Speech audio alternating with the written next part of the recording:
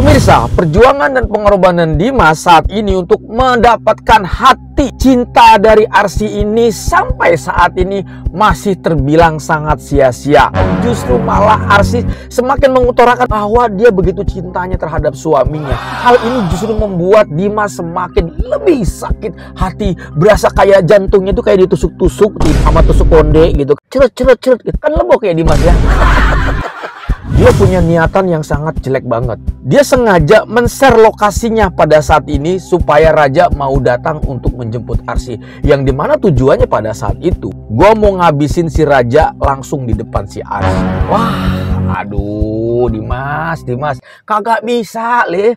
Lu mau ngebunuh si Raja, kayak lu mau matiin si Raja di depan Arsy, kagak bisa. Sekarang kan Raja udah punya guru, namanya Sito Gendeng. Jadi hati-hati, jurus Kampak Naga Geni 212 bakal menerabas niat jahat lu. Kan tebuk lu.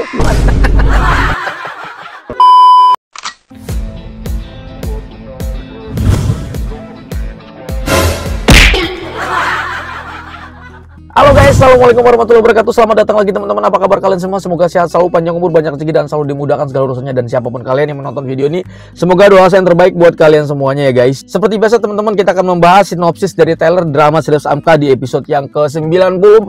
Wah, pemirsa, lumayan lama kita nggak pernah ngebahas si Ranikor. Iya, karena kita tahu semua Ranikor ini jarang banget muncul di frame, dan tiba-tiba sekarang sudah mulai sering muncul di frame. Kenapa sekarang Ranikor jarang muncul di frame? Karena dia sudah di penjara. Perjalanan dia sebetulnya sudah habis. Tetapi para pemirsa, pada saat Raja mencoba mendatangi si Ranikor ini, niat Raja adalah ingin mencoba mencari informasi atau menggali informasi dari si Ranikor. Ya, barangkali aja si Ranikor ini masih punya niatan untuk bekerja sama bersama Dimas untuk menculik istrinya atau memisahkan Arsy dari Raja, para pemirsa. Tapi kenyataannya pada saat diinterogasi oleh si Raja, Ranikor itu menyatakan bahwa dia sama sekali tidak terlibat dengan masalah ini. Justru para pemirsa, si Rani ini gimana caranya berpikir keras bisa keluar dari penjara, pengen tuh yang namanya bikin si Dimas ini modar, para pemirsa. Tahu kalian modar? Ya, kalau kalian nggak tahu modar ya udah mau barbar aja udah. Modar itu is dead guys ya.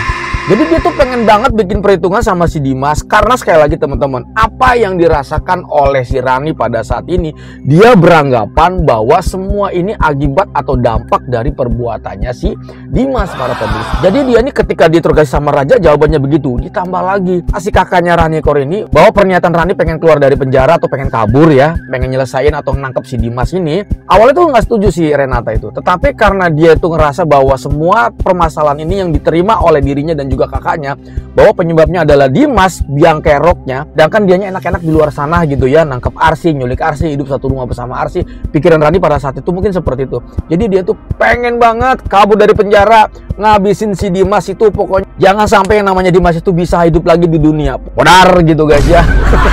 Jadi rasanya tuh kalau dia masuk penjara lagi tuh kayaknya udah ikhlas gitu guys ya. Nah, jadi pada saat ini teman-teman, si Rani ini dibantu sama kakaknya Renata. Dia pengen gimana caranya kabur, keluar dari penjara, dan ingin membalaskan dendam terhadap si Dimas. Nah, akhirnya Dimas ini sekarang musuhnya tambah banyak ya. Kalau kemarin-kemarin kan kerjasama sama si Ranikor, kalau sekarang malah berbalik ya. Teman seperjuangannya justru akan berbalik melawan dirinya. Yang pada intinya yang mencari Dimas pada saat ini bukan cuma Raja, pihak kepolisian dan keluarga Raja mungkin ya, tetapi juga ada pihak dari si Ranikor. Jadi si Dimas ini lagi diburu banyak orang banget. Tapi sekali lagi teman-teman, karena Dimas ini orangnya licik, jahat, kejam, tetek bengek segala macam, dia adalah monster mengatasnamakan cinta. Jadi dia tuh ya licin banget lah gitu ya. Tapi nggak usah khawatir. Kenapa? Karena pada saat ini sebetulnya sudah mulai sadar bahwa pengorbanan dia tuh semakin kesini tuh makin sia-sia. Bayangin nggak sama kalian, si Dimas itu punya karir yang bagus, pekerjaan yang bagus, usaha yang bagus, bahkan bisa dibilang dia tuh punya income yang lumayan bagus. Dia juga sempat menjadi salah satu manajer di sebuah perusahaan, pemimpin utama dari perusahaan yang pada saat itu dipercayakan oleh perusahaan tersebut oleh dirinya. Nah, yang pada intinya pada saat itu secara karir sebetulnya Dimas itu udah bagus, para pemirsa. Oh, secara muka juga muka si Dimas itu nggak jelek-jelek amat lah ya. Apalagi kalau dibandingin sama gue udah jelas banget ya gantengan si Dimas gitu. Tapi bukan itu problemnya. Semenjak dia memperjuangkan rasa cintanya terhadap Arsy, semuanya itu habis. Rumah habis, kendaraan habis, harta habis, karir habis, bahkan tidak tanggung-tanggung. Kehidupan normalnya pun si Dimas ini sudah habis. Cuma apa coba? cuma ingin mendapatkan perhatian dan cinta khusus, yaitu dari seorang wanita yang bernama Arsih para pemirsa. Dan ketika semua ini sudah terjadi, pengorbanannya nih udah bener-bener parah banget, total banget ya, totalitas banget lah pengorbanan si Dimas ini. Justru si Arsih ini malah semakin benci, semakin muak ngeliat si Dimas itu. Justru Arsihnya ini malah makin sayang sama suaminya, kan makin stres ke Dimas. Ujung-ujungnya Dimas ini mentok para pemirsa. Dia sengaja mengatur strategi gimana caranya si raja ini datang ke tempat pada saat ini mereka bersembunyi. Jadi ngasih tahu tuh sama si raja, nge-Sherlock gitu ya, supaya gimana caranya raja ini bisa datang berusaha untuk menyelamatkan istrinya. Yang mana pada intinya sebetulnya raja ini lagi mau dijebak sama si Dimas. Waduh. Sebelum proses penjebakan ini mulai terjadi, pada saat itu si raja ini juga kan sudah ngubungin pihak kepolisian, nggak pulang ke rumah, saking pengennya dapat updatean dari pihak kepolisian agar dia bisa tahu kondisi istrinya, posisi istrinya ada di mana, biar cepat-cepat bisa nyelamatin istrinya. Kebetulan pula pada saat itu Pak Irwandi, ayah dari raja ini, sempat ngubungin dia karena Pak Irwandi juga khawatir ya kan, kok si raja ini nggak pulang-pulang ke rumah gitu kan, kemana aja. Ternyata begitu dijelaskan sama raja pada saat itu bahwa saat tidur di kantor polisi saya sengaja tidak pulang dengan alasan saya ingin mendapatkan update terbaru tentang pencarian atas nama Arsih, yaitu istri dari raja, teman-teman.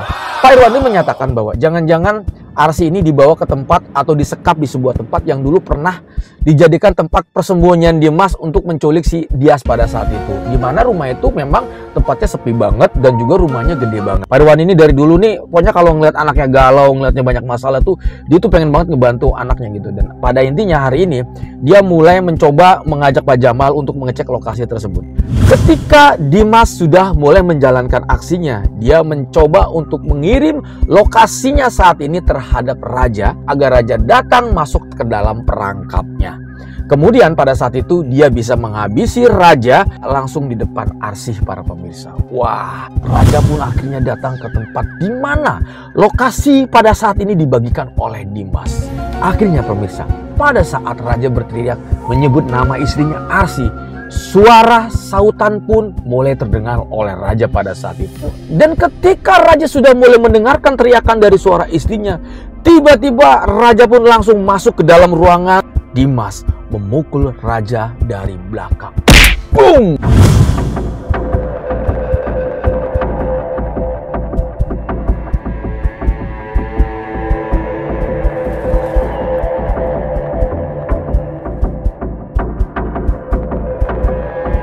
Karena dia saat ini sudah diwarisi oleh sebuah kekuatan yang begitu dahsyat, yaitu kekuatan Sito Genteng Kampak Naga Geni 212. Dimas bisa dikalahkan dengan pukulan Kampak Naga Geni 212 Wiro Sableng. Lebok sia Dimas. Dan ini hanya dialog saya ya guys. Nggak menjadi Bapak Wiro Sableng sih gue.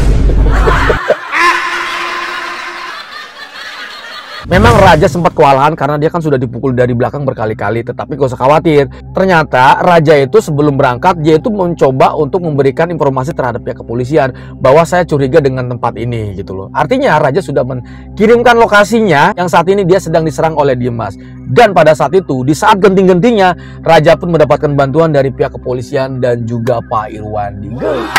Lepok si Dimas ya, untung aja Kampak Naga Gedinya belum dikeluarin. Kalau enggak, dia mencret tuh dia.